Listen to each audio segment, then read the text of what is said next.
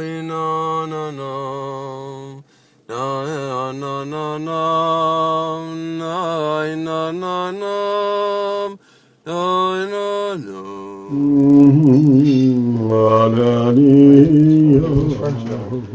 In the kitchen? Yeah, Where? upstairs. But okay, recording. Okay. One of these. Hot dog. This is great hot dog.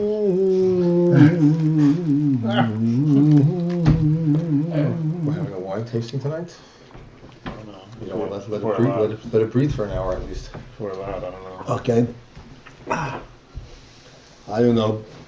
Let it be recorded. I don't know who is bothered by this. I was listening, and we are struggling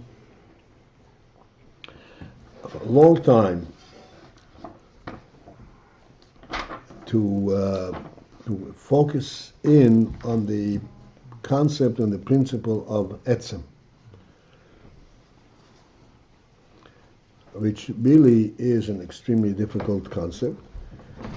For one thing, the world does not possess etzem. We have misholim, like I give Moshe, the human being that has a primary presence and an essential significance, but it's all relative.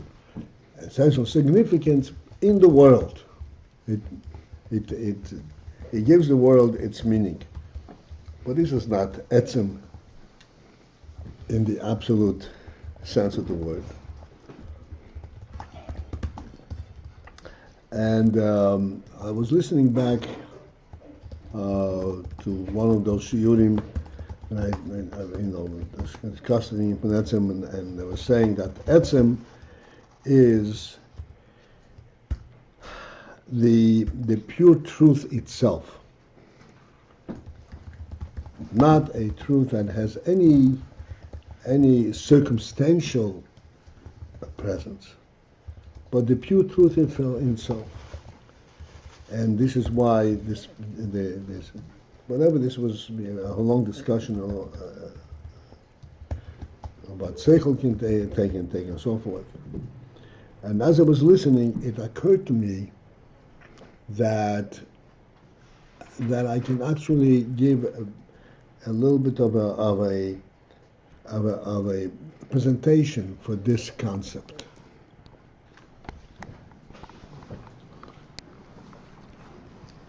Again, but it's not new in our discussions, but it's a different angle, and will give us a handle on the principle of a pure truth.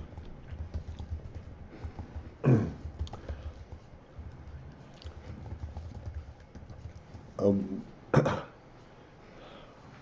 was always pointing out that seichel knows and recognizes only that which is worth knowing. In other words, it has a true principle, a true value. Like, for example, when we say we identify the clock on the wall, it is not we identify a clock on a wall. We identify a clock on a wall because we are identifying the reason it's there, identifying the human element in it. This is what seichel relates to. A truth, an element. The human being, because of his special status, keeps track of time, and therefore there is, in the human life, there is a clock on the wall. And it's symbolic of it being a human dwelling. An animal, lahavdil, doesn't keep track of time. Makes no difference. It's a continuum of existence. Time doesn't even exist. In human life, there is time. And there's a day, and there's a beginning of the day, the middle of the day, the end. We discuss it many times. So therefore,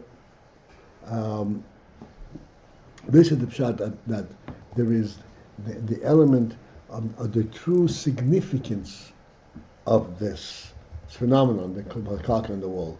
That is what Seichel relates to. Etzem is that significance in the most purest sense. And this is why, we discussed many times, this is why there is oyer. There is, the oyer means that it emanates that truth and that significance. As I said, we can have a kind of a handle, a means by which we can focus in and point to that element. Oh, it's going to tell Baruch. What? It started. Sorry. I'm telling him we're starting.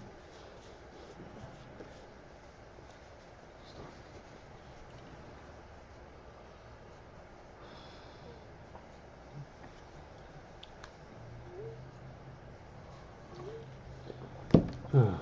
Yeah, well, that was, what's mine? No, he asked me to remind him, then it slipped So my you took my mind, and attention?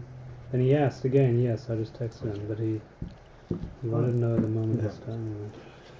So here's it seemed a very simple thing, but it gives us a means to eliminate, to focus in on what's significant and eliminate that which is not as significant. Similar to this idea of the clock in the wall, but something even more tangible. A table. We speak of a table all the time. And we're pointing out a table is not merely a convenience, just like a home is not merely a functional place, a convenience. It's an essential element in human reality.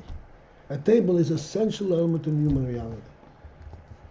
We pointed out many times that a table is representative, not fully representative, but it's an element of the human royal quality. The human being is, by a godly decree, by creation, the king of the world.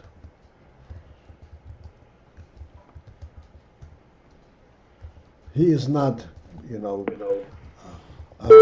have an animal roaming for his food, like you always mentioned that we make a bracha, beire pri ha'etz. Remember that discussion? Beire pri ha'etz was made beire pri ha'etz, but the fruit is already created a long time ago. Beire means lashon haiva, in present tense. The idea is that we eat the apple not because there's an apple on the tree. We eat an apple because Hashem had put the apple in our hands to eat it. Because Hashem said, "This I made for you to eat." So at the moment when we make a bracha, at that moment it becomes food, not just a tree, an apple from the tree. It becomes food for human consumption. Why do we need that type of representation? Roam out the field, find what's edible, just like the dog does. The answer is no. For the dog, that's okay. For the human being, it's not.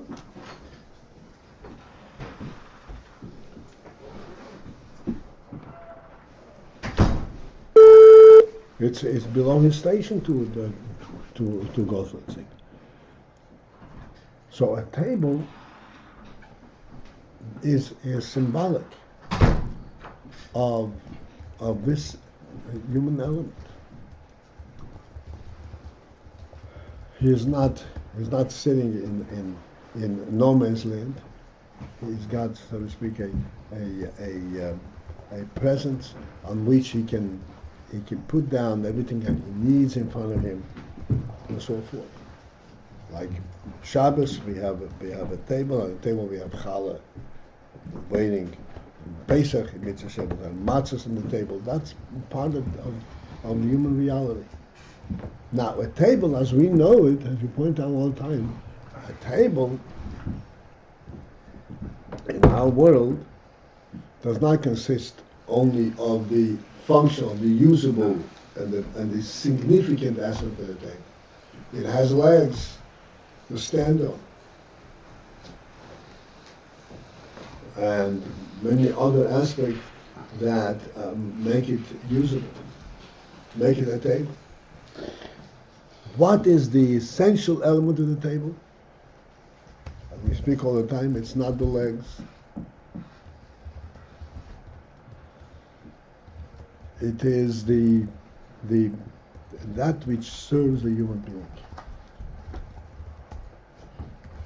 This is a means to isolate the significant from the secondary.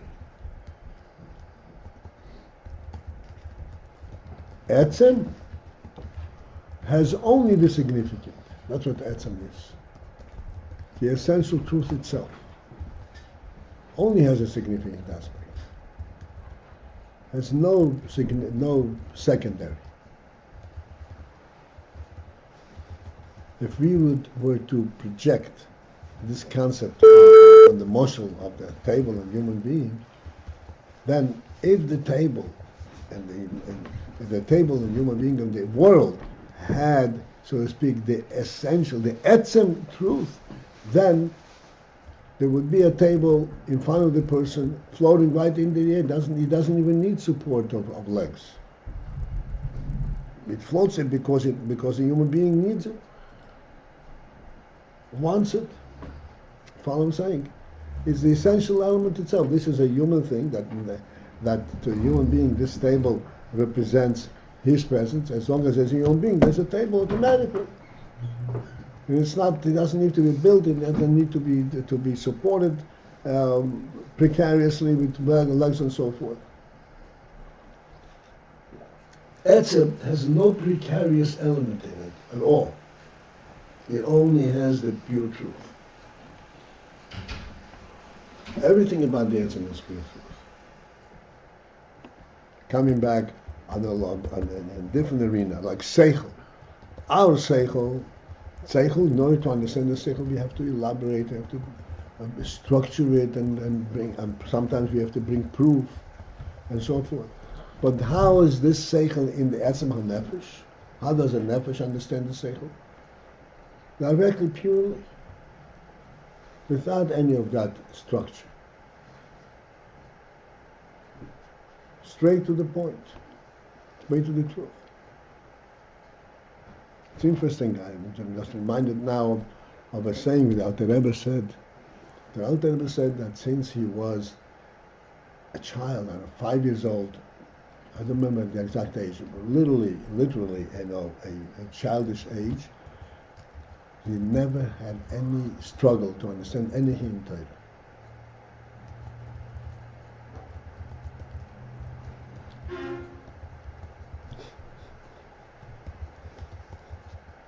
And sometimes he said that he was actually kind of at some point in his life he was actually bothered by the fact that he never had to struggle to learn Torah.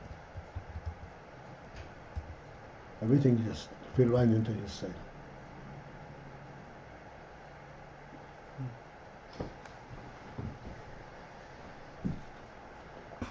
Okay, so much for this. Let's go on and learn about it. Can you just say, I'm sorry I tuned in a few minutes late, with what connection were you saying this just now? Okay, I was saying in connection because I was listening to one of our shiurim, which I do almost on a regular basis. I'm a little bit back, and over there we struggled to understand, to point out what is etzem,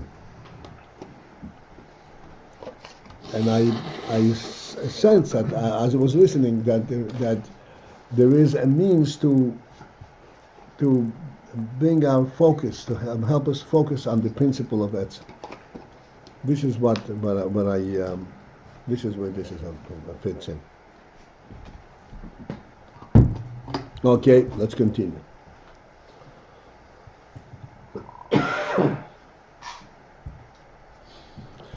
All right, so we are starting from, this is looks like 9 lines from the top. And the line starts with the word V'achar HaTzimtzum.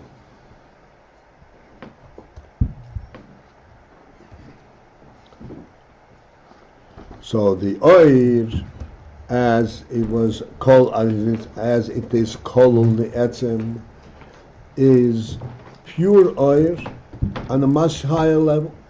It's not a mitzias at all. In Beetle B'tachlis. Because the oil, only the etzem is recognized there. Just like oil Hashemesh B'Shemesh. And after the tzimtzum, yorad mimadrigosei. Then the oil descended, was lowered from its madrega. V'hareihu b'bchinas mitzius. And thus it is b'bchinas mitzius. In a mitzius b'china, in a b'china, mitzius state or level,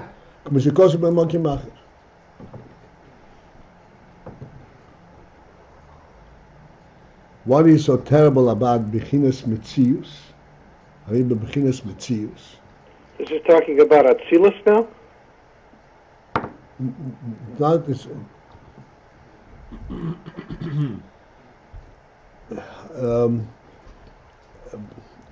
I don't know exactly which context where you're coming from with this question. You're speaking about oyer after the tzimtzum. Yeah, so it's not Atzilus. Atzilus, in as we have been using the word Atzilus over here, is not the Oilam Atzilus, but Atzilus, a reference to the oyer. That at that point the oyer is called Atzilus. Okay, but this is after the tzimtzum? This is after the tzimtzum. After the tzimtzum, the oyer is called Atzilus. And before it's not called Atzilus, it's just called oyer. Before it's called oyer. After the tzimtzum, it's called an emanation, and the Rebbe explains. Before the tzimtzum, it is bittul v'tachlis. It's not a mitzias at all. And then afterwards, it became yored madrigose. It descended from his madrega and harei b'bchinas mitzius. And now it became. It is b'bchinas mitzius, and a state that qualifies it as a mitzius. Again, what's so terrible about mitzius?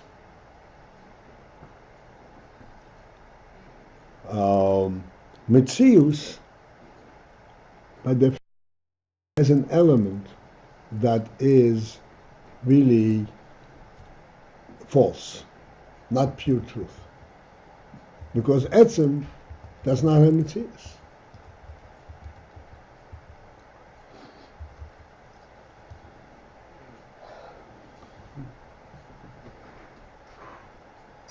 Like we said just before, a table. I hope some aspect of this comes through. A table. A table, as you said, what is a table? A table is that which serves is a human element. It serves the human soul, the human reality. But now, in our world, in order for it to exist, it has to have legs and it has to be able to stand on its own. Whether there is a human being next to it, but there isn't a human being next to it. Whether it is in a dining room or it is in a shop, it looks the same thing, the same way. I've seen many times when does it become a table? When you bring into a dining room and there's a human being sitting next to it. That's when it's a table. Otherwise, it's just a potential. It reminds you of a human being. But it's not really so. But in our world, this principle, this concept of table, is a mitzius. It has its own presence, even when it does not serve any purpose. But the table is standing in the dining room or in the store, and there's no human being next to it. It has no value. no table value, table significance. It has no. It's not doing its work at that moment. It's not doing it. It doesn't. Right. It's just a piece of wood. Well, it's on the way to being in the dining room. It's a piece of wood. Until it's doing. Monetarily, it has a value, Mm, but we're not talking monetary. We're talking about value in a true sense, So- purpose, uh-huh. significance. in actuality, till it's in the dining room, it's just a board. In actuality, in the real sense, not only till it's a dining room, till it's the human being sits and uses it. He doesn't have any real human quality So there's no or. Is that the point? There's no way, it's no not or until there's. until it becomes oil. Listen to halacha. I'm talking, it's mind-boggling.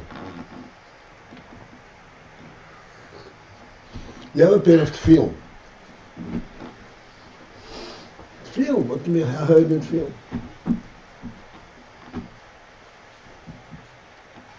It has a Eber's name, right? The thing is that tefillin has a song that the drop, you have to fast. Depending on the circumstance, so forth. But that provided that these tefillin were put on at least one by human being. Did not feel until until we can feel.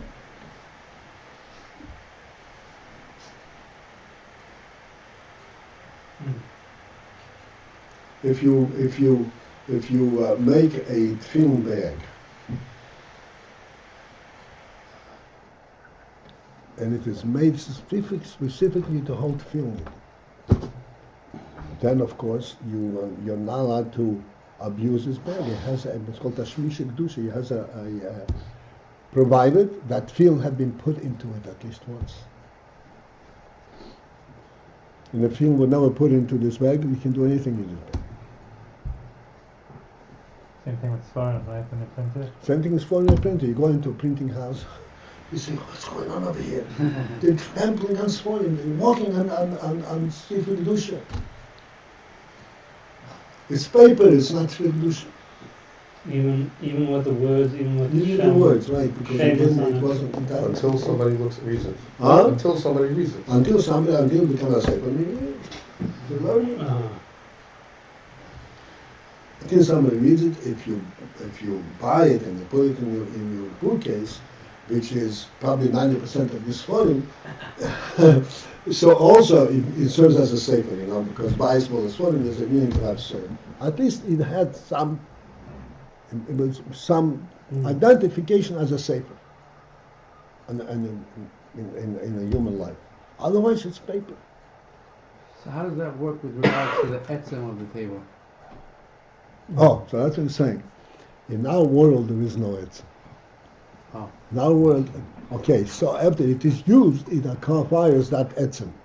That's why, almost like a table that the Rebbe used, would say it's a holy thing. Why? Because it acquires as etzem the essential reality. But the table Misad Atzem is not a table. Until the human being uses it, that gives it an atzmistic significance. And this is why I pointed out. What is the atzmistic significance of the table? The legs or the board that serves? The board that serves it. The legs is secondary. So a table has no etzem until it's used by a person. Until it's used by a person. It is not, so to speak, really a table in the real sense of the word until it is used, until it is in a home and until it's used. Were we saying that everything after Tzimtzum has an element of Metzius? And that sort of is a step down in purity? Yeah, so that's what it's a Metzius. Metzius means it has an element that is not really true. It's an element that's false. Just like a table. It looks like a table, but it's not really a table. False here being secondary. False be in a case when the table was not used yet, Yeah. for example, it's only a Metzius in Gantz. It doesn't even have the oil. Oh, it's like pretending. It's a It's false. pretend- it's like- yeah, But it's how a- do we recognize that it's a table before it's being used? No, we project. When you go into Macy's and look at a table and it's standing over there in a showroom, you project what it's going to look like in my dining room and how I'm going to feel. They set it up and say, okay, why don't you sit next to it, right? That's what they say. Sit next to it, here are the chairs, see how you feel. It's all a projection. It's not a real thing. In Metzius, there's an element of a lie. L-I-E.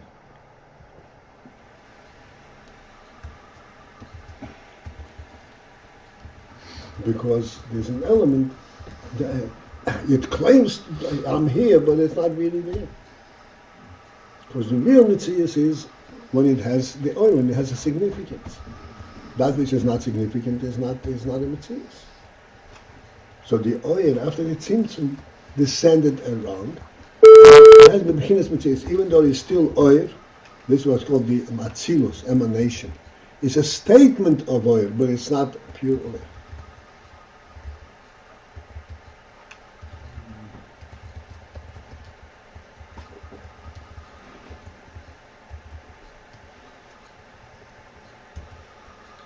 Yeah, I mean, this element of lie and pretending, this is what enables the world to be.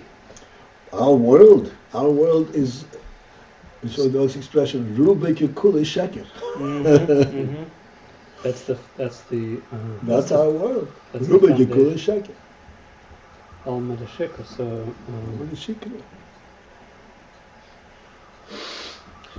you know how much sheker it is? That this watch can be yours. And I take it in my hand and say, oh, it looks good. It's mine now.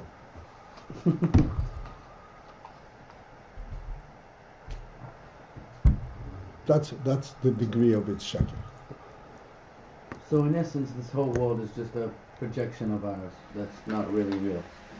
It is real because we have mitzvahs. Because there are Torah, there's Torah. Without Torah, of course, the Eibishter descended in Torah as a means for us to bring the Likus down into this world by mitzvahs, by using things in the world for mitzvahs. And then it's really real. When you have, as I said, when you have tefillin and a person put on the tefillin, it's mamash a holy thing. Real.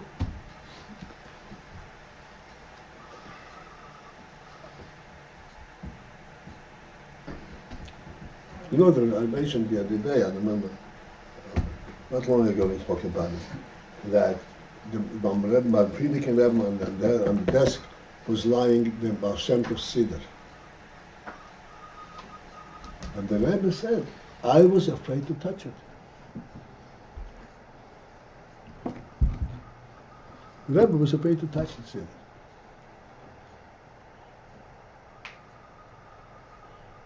You're going to touch something that's Atzilus. Or if you're going to touch it. Somebody brought the Alter Rebbe's tefillin. I told you the story, no? There was a Yid, Zalman Gurevich, in Montreal. He was a Rosh Hashanah, a Polish Rosh Hashanah. He came to Montreal. He was an Abitcher, because he was a Russian, but from Russia. But he wasn't, he never learned in Timchat Mimra. But he was definitely within our group. He was clean shaven, but he was a successful businessman, and he did a lot of. He supported Macy's and Babich and all that. So then he went to Russia. He wasn't afraid to go to Russia even in those years because he was actually Polish, had a Polish passport, a real Polish passport. So he went to Russia and he visited all kinds of different towns and cities where he was during the war. And he came back giving the Rebbe regards of what life looked like over there. I remember distinctly he was sitting by the Fabrengen and the Rebbe was talking about, some of the things that he saw. He was sitting and crying because in contrast, Russia, we were living like normal people over there. They were suffering like still. Anyway, but he managed to bring the Alter Rebbe's tefillin. Somehow, got hold of the Alter Rebbe's tefillin and brought it to here tomorrow. They're here in the library. The Rebbe said that because he was able to bring it, therefore, of course, he can hold it, but nobody should touch it. People, he should hold it, and people should pass by and look at it.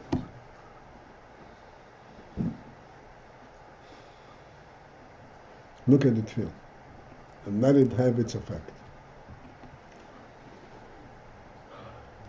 All right, so at least I think we're getting an idea of what's meant oir and then mitzias. But the mitzias camouflages, conceals the oir, the truth. And here's mitzias. Like we always say, the sun that we say, this is not oir. This is energy. It represents a concept of oir, of light. Okay. So after the Tzimtzum, he descends the B'chinas Mitzius. This is all in light, like Baruch time, is to explain what is Atzilus versus oir. B'zehu sibas horotzu b'ho'oir. In fact, this is the cause, the siba, of the rotzu. Rotzu means the powerful drawing. Rotzu is the word. Rotzu comes from the word rots, running. It has such a powerful drawing, like it's running. It's running towards its source. Why? Why is it running towards its source? Being that it is merely a ha'ora, it doesn't have an essential presence.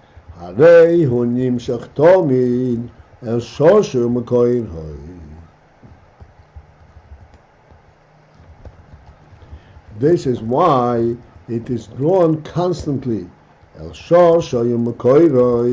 to its root and to its source. You know, you think of light shining outwards. Here we're saying light is craving, wanting to return. Right. It's in a constant state of rotzu. We will discuss it in a few moments. There is a rotzu. Which direction is rotzu? What? Which direction is rotzu? Toward the source. Towards the source. It's kind of a funny terminology. Right? No, it's not. And I'll explain to you where the terminology comes from. From rotzu and shuv. Shuv means going back into your mitzias, coming back into mitzias. And rotzu means running away from mitzias, running upwards, to run out away from mitzias. The oir has a constant state of rotzu to run away from its mitzias.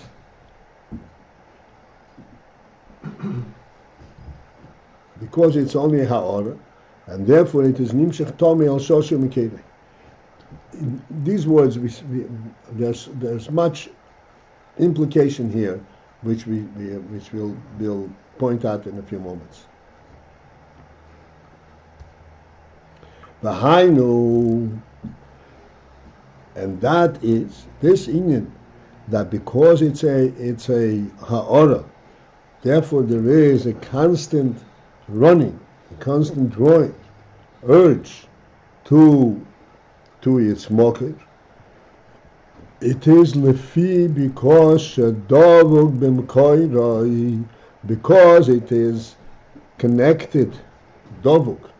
It is connected to its source, v'nirgash b'mkoiroi, and in the oir is sensed and felt mkoiroi, its source.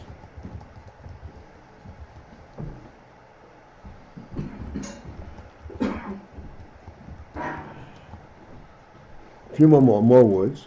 Shezehu behoir, this in that the mokoir is sensed is true in the oil gam liyachar atzimtzum, even after the tzimtzum, and as it is very written elsewhere, his boyer gamkin lekamon, and further down it will be also explained.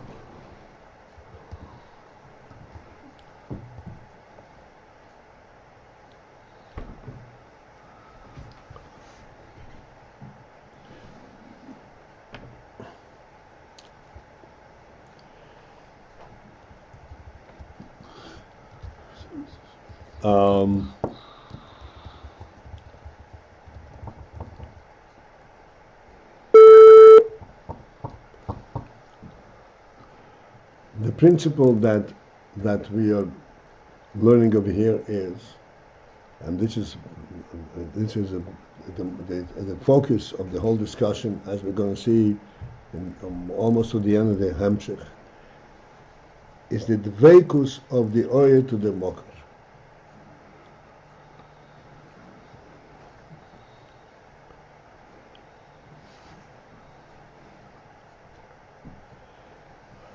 The dveikus on the oil for the mocker is recognizable in the principle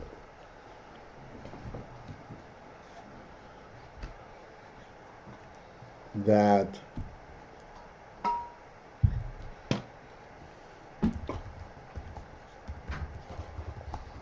even the oil, what is the difference between the oil in the way it is oil and the mocha? Mocha, we said that mocha, this is where it is the essential truth itself. Like in the case of the sun, the light element in the sun is not light that illuminates darkness, but it's a light that does not recognize the existence of darkness altogether. There is no darkness at all. It doesn't exist.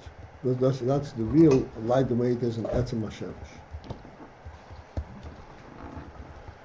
Then there is oil as it emanates and spreads forth across millions of miles from the sun.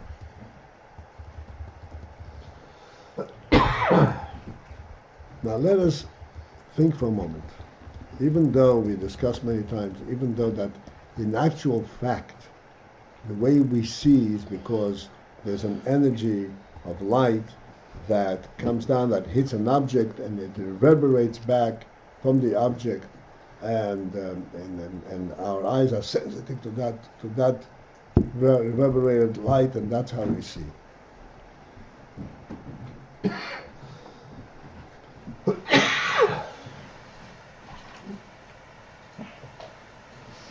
But what in fact is our experience in sight?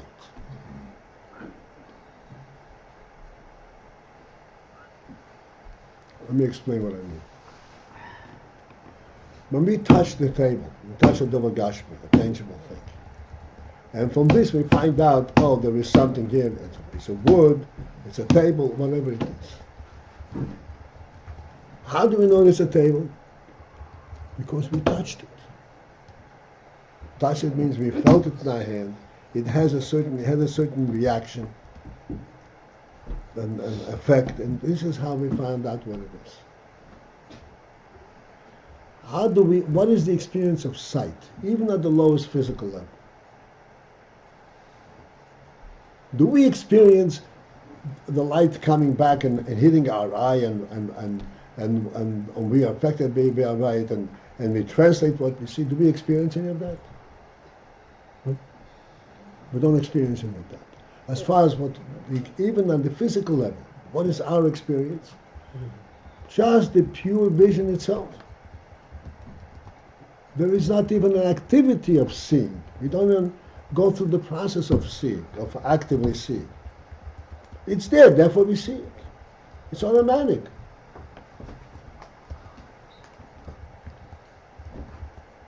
that experience, that type of reality, this is not this is not a functional light. This is an essential light. This is reminiscent of sun itself, where there's a primary state of light. There's no darkness.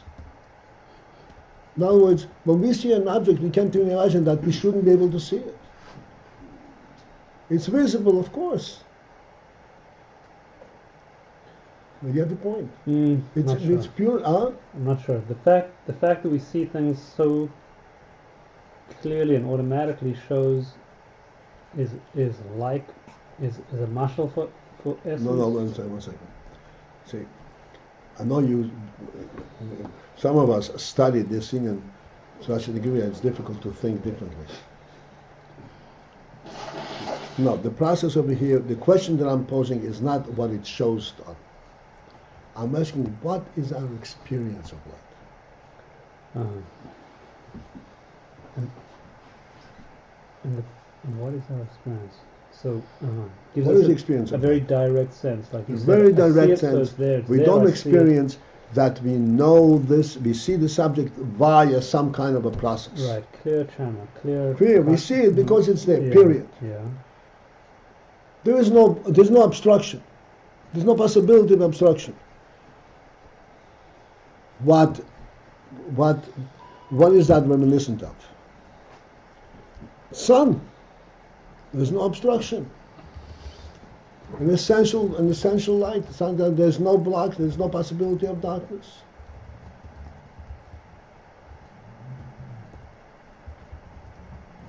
Why is there such an element in light, even though it is an energy, as we said? In fact, there is an energy. Okay. The reason for this is, why does the light project this kind of truth even on this physical level? Because light is totally bottled to its source. Light does not claim a presence on its own. Now let's understand what I'm saying. The sun is 93 million miles away from here. And the light that we get traveled that distance. It literally traveled that distance. To us it seems instantaneous, but it's not instantaneous. I don't know exactly how long it takes. It's light years. It's not light years. 186,000 10, 15 minutes. Take 10, 15 minutes. how long for a ray of sun to get from the sun? It's 15 minutes. You said 10, 15 minutes. It's a certain duration of time. Okay, it's a real journey. 10 minutes from the sun to us. Okay, it's a real journey.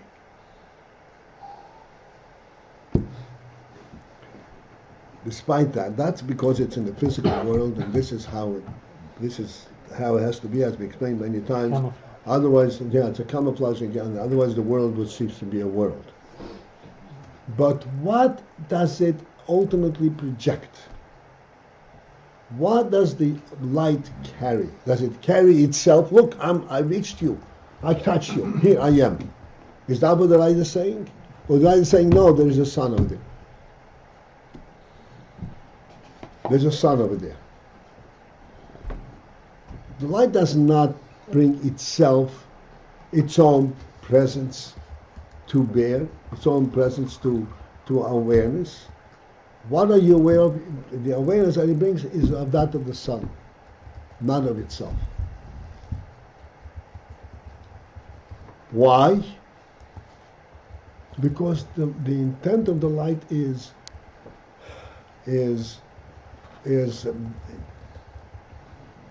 to illuminate, not to touch. To illuminate means to actually give you a sense and to show you what the truth of existence is, not the experience of seeing. Do you follow what I'm saying? Light wants to bring sun in here, but in order that not to disturb the structure of the world, he brings it in this limited fashion. But essentially, he wants to bring sun over here, which means he wants to say that darkness is not the reality. The reality is light.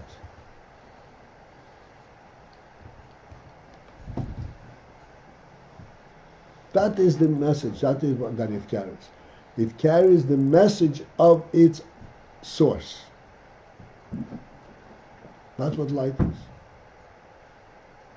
Not its own message, even though now it left its source, it's 93 million miles away. It remains bottled in it carries the message of the source. And that is the difference between light and we always say the visibility versus tangibility. Right? The table is made of wood. The wood is not bottled to the table. Wood says, I'm wood. You're using me for the table, fine. I'll let you use me. But how are you going to know that I'm here? You're going to touch not a table, you're going to touch a piece of wood.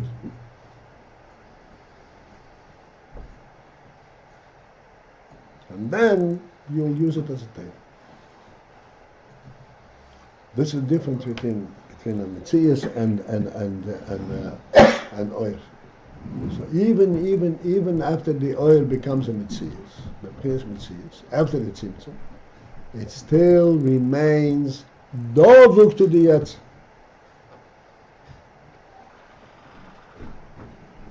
And because it's dovuk to the Yetzer, it says Epifinis Rotzu, which means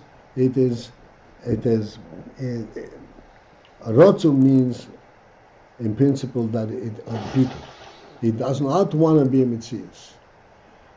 Oil remains in a state where he does not want to be a Metzias. Because if oil were a Metzias, then our experience of sight would be completely different. Our experience with sight would be, we see not an object, we see light. And then, that's like in the table, we feel a piece of wood, and then we project what the piece of wood is.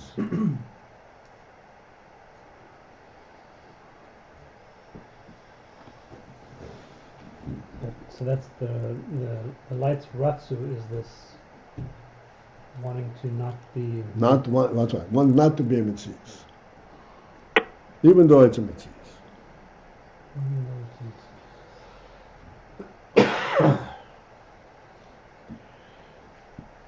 Okay, now there are two words that we didn't address in this discussion, and that is, yes, he has Dovuk and so forth, but on the first line of what we learned today, he says, no, not the second. The line that begins Horotzu, the Yesei Rag Ha'ora Levad, because of the light is Ha'ora Levad.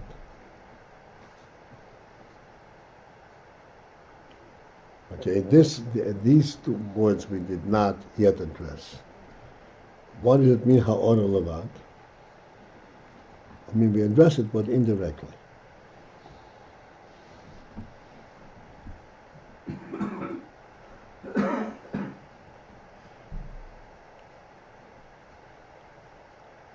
We're saying that the light brings the principle of sun down to our world.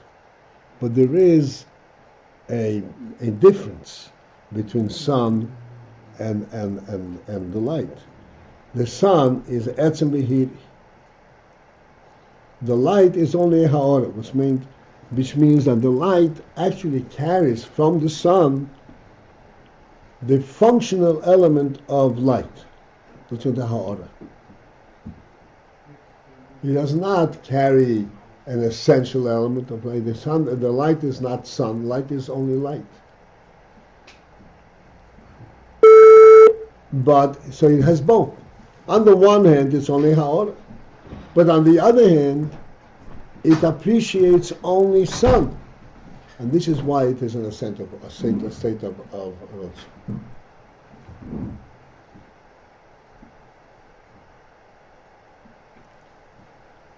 Who is still here with me?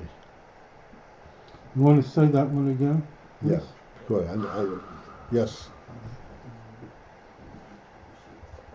Light has two elements to it. Let me first name them. It's a ha'ara, levad, which means it's only a functional element. Dovek behamokir. It appreciates only the mokir, which is not a ha'ara. Mokir is the etz.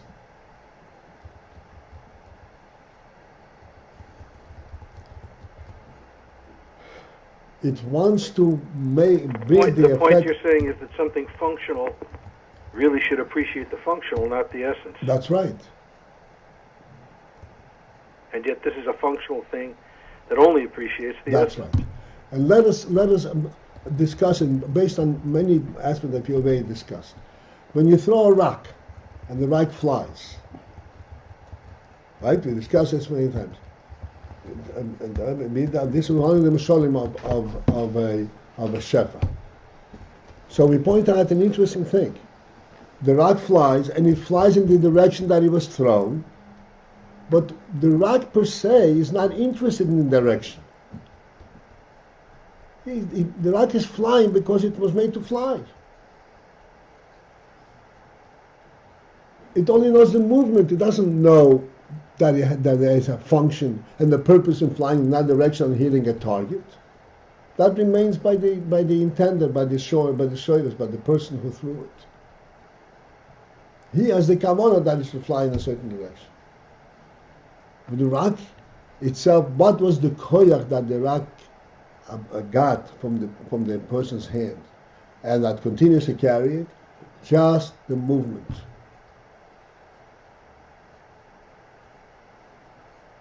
The materials of this, just the functionality it flies, its purpose and its overall reality it loses. That remains by the source. The oir is not like that.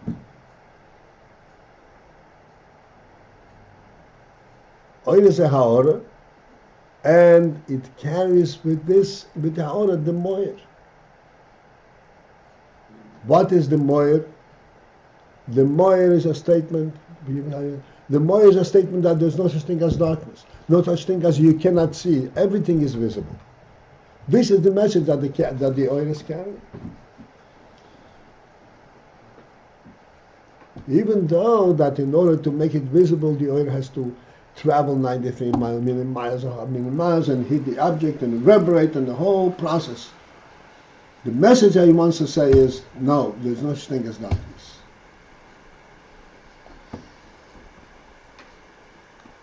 What's the Indian? Let's say back to the rock thing. Which element over there is the The rock thing is a muscle not of oil. That's what we distinguish. Not Right. of oil, but shefa.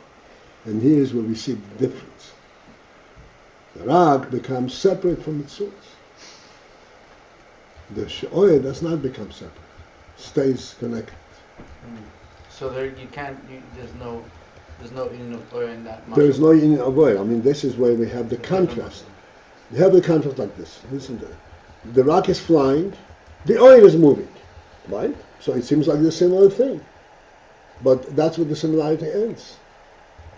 Because when the rock is flying, it is just the rock flying. It does not have the aim and the purpose of its flight. Right. The rock itself doesn't. It doesn't have it. The oil that's moving has the aim and the purpose of its movement. Which is the statement of the moyer. That's right. There is only light.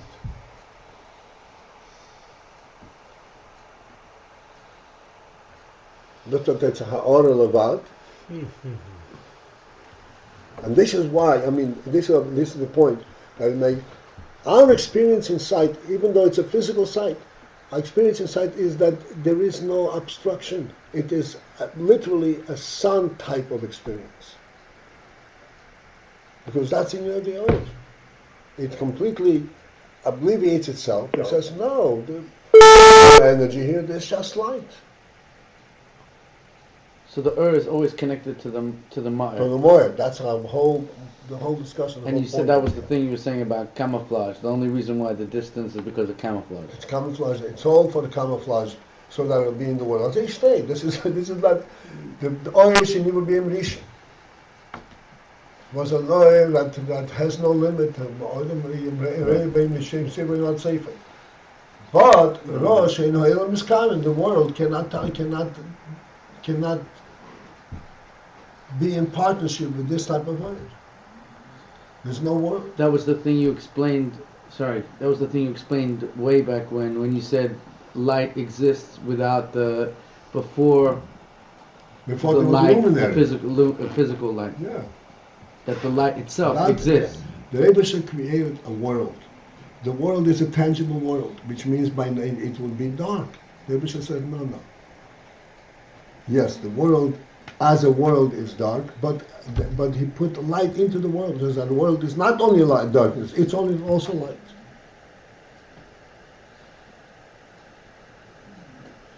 Let me finish this thought. The Medrash says about this, and then light. The Medrash says, this is Maaseh Hoshoyim and Maaseh Tzadikim. Naturally, follow this. Naturally, in this world, what fits in better? Maaseh Hoshoyim or Maaseh Tzadikim? Maaseh Hoshoyim. It's a natural thing. This is why the world to begin with is naturally dark. The Rebbe should put into the world Ma'aser Tzadikim Oyer, and that is the Toiv that he brought. That's why Yoanakim is Roiki Toiv. But that's contrary to the world, and it needed to be camouflaged so that the world will remain world. Hence, tzaddikim have to be tzaddikim despite the world. And they have to struggle with the world. They have to fight it. So it's not natural, it's not easy. Yitzchak. When you pick up a stone, and you throw a stone, the stone was never part of you. Now, what about throwing a punch? No, one second. Your question is out of context. Let me explain to you. The mashal from the throwing a stone is not merely that you threw a stone. Because the mashal insists in saying that the stone is flying hepech tiva, contrary to its nature. Now, if you walk and you kick a stone and the stone moves, that's not contrary to its nature.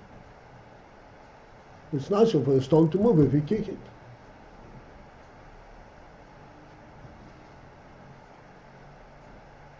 Where is this contrary to its nature element? Contrary to its nature element, so one thing is that you throw it upwards. But again, it's not just throwing upwards just because you kicked it and it moves. You threw it upwards with a target in mind. That is not natural for the stone. That target is part of you. You formulate the target. This is what the real throw is. You formulate a target that the stone has to hit this target. And this is the flight that is not natural for the stone. Content, hepachatibur. We are saying that in performing this throw, the koyach hayad, the koyach of the hand, has actually been separated from the hand and put and given to the stone, so this carries a stone. It carries a stone, and that comes from the human hand. But which aspect of the human hand that was given to the stone only the koyach of movement, not ultimately the mokin, not the shoresh mokin, not the etz. Its target cannot be put into the stone. Whereas the light carries the aim of its source. And that's why you draw a distinction between drawing something and throwing. I remember that you drew that distinction. Yeah, well, and all of these things have to be spoken of very carefully in context. And what point do we try to bring out? But right now, this is clear. You know what I'm saying?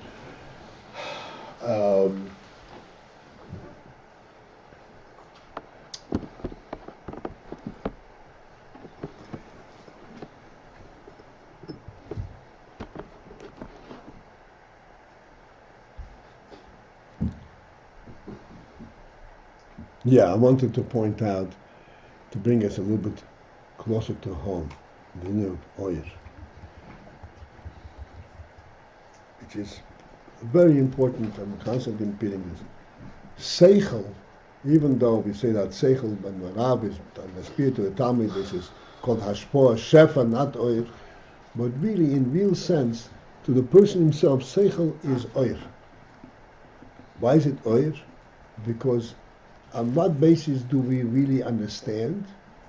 We say it makes sense to us on the basis of the fact that we have a rotzen, and we have an etzem, we have an etzem that substantiate the truth of the seichel. The truth of the seichel is not its logic, like we say, 2, 1 and 1, logically is 2 ones. Logic can only create from 1 and 1, 2 ones. You cannot create 2. The 2 element is not a logical element. It's not. It's something which is the source of the seichel, which is the truth element that we sense in our nefesh. That oir follows through with the haora. The seichel is only haora of the truth. And ultimately, as we point out, ultimately, the purpose of seichel is not just to know that 1 and 1 is 2 ones, but ultimately to sense that 1 and 1 is 2, the way the nefesh itself would relate to it. At a lower level than nefesh, because it's only ha'ara, but still the truth itself. That's not part of the logical process? No. We point out many times, 2 is not logical. 2 ones, yes. 2, you were present in these discussions, no? Yeah. 2 means there's a relationship between them. What's the relationship between them? There's no relationship. They're both ones, They're both ones, exactly.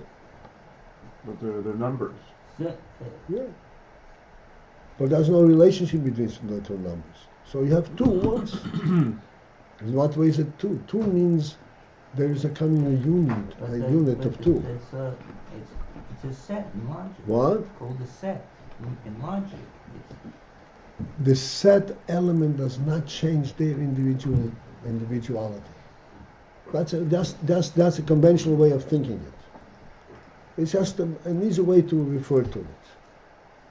Does not correlate them. So real 2 is not it's not derived from the physical. What? The real 2 is not derived from. No, that's the opposite. It comes Real 2 down represents from- the source.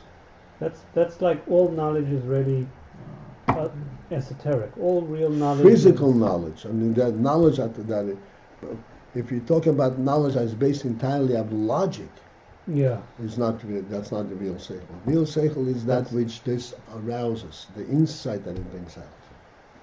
So it does arouse an insight that really originated above. That's right. The insight where there is a correlationship between things. There is a unity. But it seems to be contradictory to it to what you said about the difference between mathematics, say arithmetic, being computing, and that it is a seichel, that there's a seichel element to the principles What's a seichel? of arithmetic. What's a seichel? That one. To remain on this call, press 1. Returning to the conference room. That What? 1 and 1 become 2. How do they become two? What's the logic in it? Because you have $2 in your pocket, they become two. They're two separate dollars. We see that 1 and 1 Are two ones? can become 2. Yitzchak, how do they become two? What's mean two?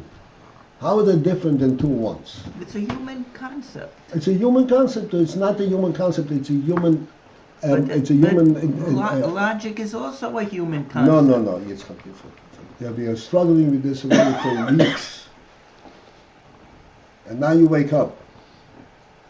If it is just a human convention, there's no truth to it. I don't mean a convention. It is a convention. What you're saying is a convention. Concept is not a convention. A concept that the reason I'm forming this concept is because it makes it easier for me to refer to it.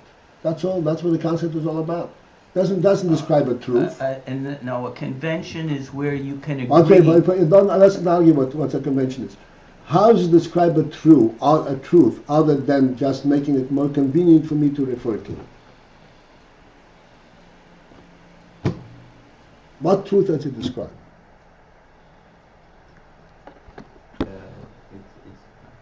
The inyan of seichel is not creating a new entity. Seichel is revealing the truth of something. That's what seichel is about. Right. But what this is just creating a new entity. This is not revealing anything. A truth. There's no truth. What's creating a new entity? What? What's creating a new entity? A new entity of two. They are actually two ones. It's revealing. What is it revealing? It's revealing a relation between things. What is a relation? There's no relation between them. That's a false relation. It is not. There is a relation. What is the relation between them? That 1 and 1. Yeah. That they belong. They come from the same source. So that's not logic. That's deep in the human soul. In the human soul, that's in Emunah. That's based on Emunah, not on Seichel. That's right. They come from the same source. The basis of all reasoning is in the human soul. That's right. That's what I'm saying. That's to say that postulates can't be proven because they're self-evident. No. Postulate is not a question of self-evident. That's a logical acceptance. This is two different things. Human soul. If you ask a mathematician, he will say no. 1 and 1 is two ones. Which mathematician? Any mathematician.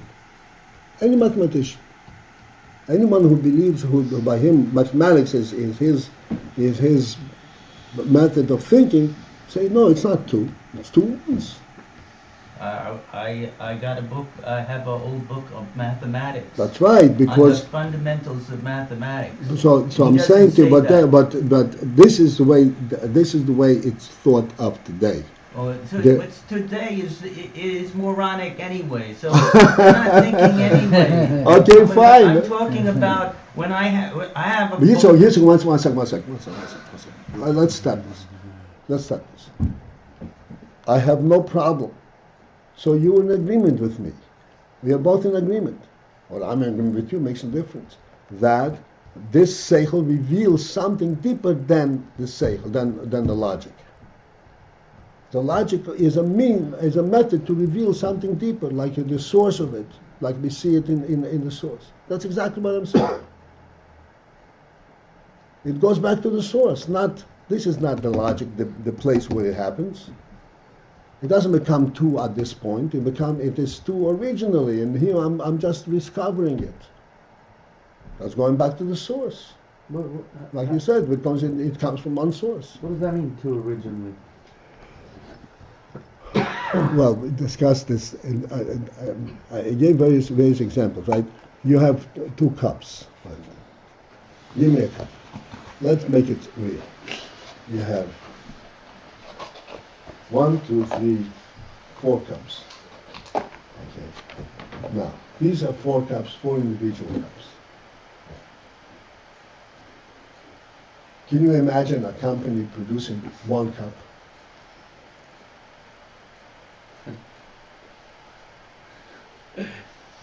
It's a very expensive cup. Pretty stupid, right? In other words, the reason there are 2 cups, I'm sorry, the reason there's 1 cup is because there are 4 cups. If not for the 4 cups, there would not be 1. That's what it's at, the relationship. This is on the simplest level.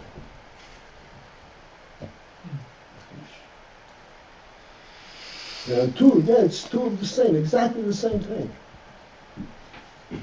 So it's still 4 1 cups. No, it was produced to begin with as 4. Maybe as a million.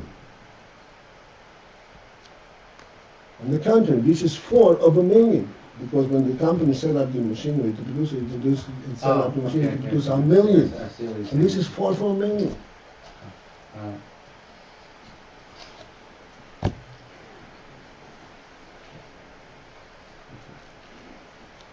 That's going back to the source, to the origin. All right. Is it something to do with why you can't count? I'm sorry? Is this something connected to why you can't count people? Because each person is an individual? Could be. I never thought of it. Could be. Each person, the person is like an individual, absolutely. So Av Kuvana. There is a relationship there, especially in the service. Okay. So Or Levad is telling us what here?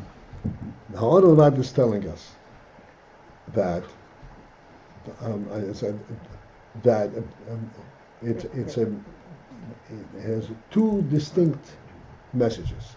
On its own, it's only Ha'or, which means it's only functionally oil. It's not the essence of oil. But what is the message that it carries? Is not just functional, but the real element of oil.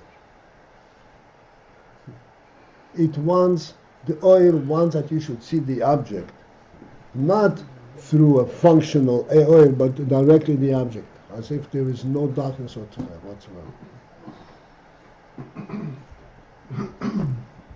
But because of its dveikus mechamoyer. But okay, that dveikus we don't find in the Or Levad. I understand that it has this do, but that's you in that expression of Or Levad. The Ha'ora, okay, here's the thing. The Ha'ora cannot in its own create that sense, that element, because it's only Ha'ora. Ha'ora means it has to be a functional wave that hits the object and comes back. On its own, it cannot create that type of So it must be reality. double. Yeah. Oh, only because of its double. That's where it creates. So there are 2 separate tinyonim that he says over here, and together they explain the whole principle. One, it's a ha'ora, which is a mitzias, only, and then a double b'hamoyer.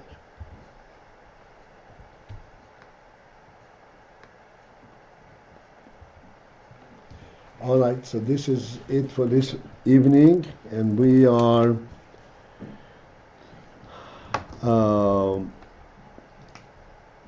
the line because it's mokimachet. The year is why gam kin lakama. Okay. This is it. Have a good evening. I don't think there's anybody online. No, no, no, no.